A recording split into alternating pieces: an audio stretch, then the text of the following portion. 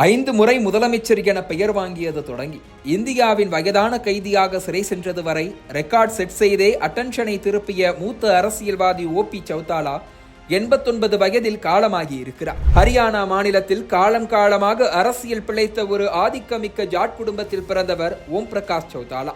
அவரது அப்பா தேவிலால் காந்தியோடு சுதந்திர போராட்டத்தில் களம் கண்டு பின்னர் VP சிங் ஆட்சியில் துணை பிரதமராகும் அளவுக்கு வளர்ந்தவர். மற்ற சுதந்திர போராட்ட தியாகிகளைப் போலவே தேவிலாலுக்கும் காங்கிரஸ் கட்சிதான் அரசியல் கற்றுக் கொடுத்தது.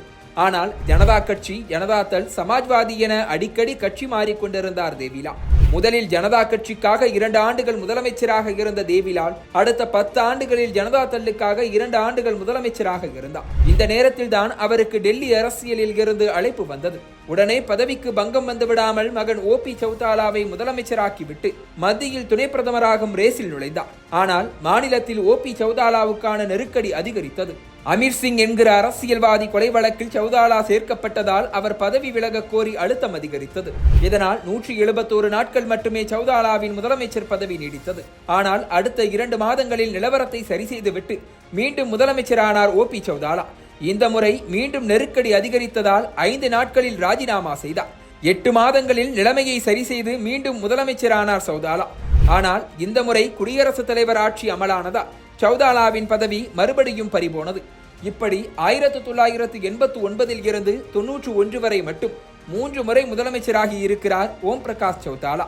பின்னர் 2006 அப்பா தேவிலாலுடன் சேர்ந்து இந்திய தேசிய லோக்தள் என்கிற கட்சியை தொடங்கினார்.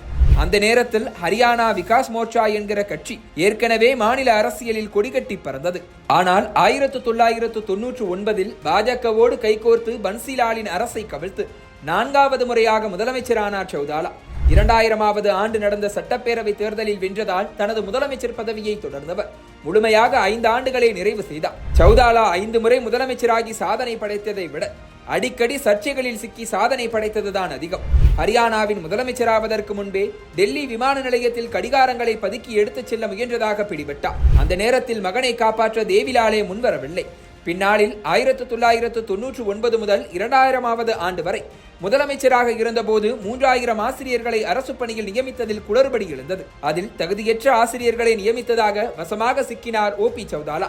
கூடவே அவரது மகன் அஜய் சௌதாலாவும் சிக்கினார். இந்த வழக்கில் அப்பா மகனோடு சேர்த்து 53 பேருக்கு 10 ஆண்டுகள் சிறை தண்டனை விதிக்கப்பட்டது. உச்சநீதிமன்றமே தீர்ப்பை உறுதி செய்து விட்டதா. முன்னாள் CM-ஆக இருந்த ஓபி சௌதாலா திகார் சிறையில் அடைக்கப்பட்டார்.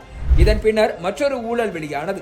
1993 முதல் 2006 ஆண்டு வரை வருமானத்திற்கு அதிகமாக 6 கோடி ரூபாய் சொத்து சேர்த்ததாக சிக்கினார் ஓபி சௌதாலா. இந்த வழக்கில் கடந்த 2022 ஆண்டு குற்றம் நிரூபிக்கப்பட்டு சிறை தண்டனையுடன் 50 லட்சம் அபராதமும் விதிக்கப்பட்டது. இதன் மூலம் இந்தியாவின் மிக வயதான சிறை கைதி என்கிற பெயரை வாங்கினார் ஓம் பிரகாஷ் சௌதாலா. வயது மூப்பால் அரசியலை விட்டு ஒதுங்கியிருந்த அவர் ஜனவரி 1ஆம் தேதியன்று தனது 90வது பிறந்த நாளை கொண்டாடவிருந்த நிலையில் குருகிராமில் திடீரென மாரடைப்பு ஏற்பட்டு உயிரிழந்திருக்கிறார். அவரது லெகசியை காப்பாற்றுவதற்காக ஒரு பக்கம் மகன் அபய் சிங் சௌதாலா இந்திய தேசிய லோக்தள் கட்சியை உயிர்ப்பிக்கும் முயற்சியிலும், இன்னொரு பக்கம் பேரன் துஷ்யந்த் சௌதாலா ஜனநாயக் ஜனதா கட்சி என்கிற புது கட்சியை தொடங்கியும் களத்தில் நிற்கின்றனர். சௌதாலாவின் அரசியல் பயணம் முடிவுக்கு வந்தாலும் அவரது அரசியல் வாரிசுகளின் ரேஸ் தொடர்கிறது.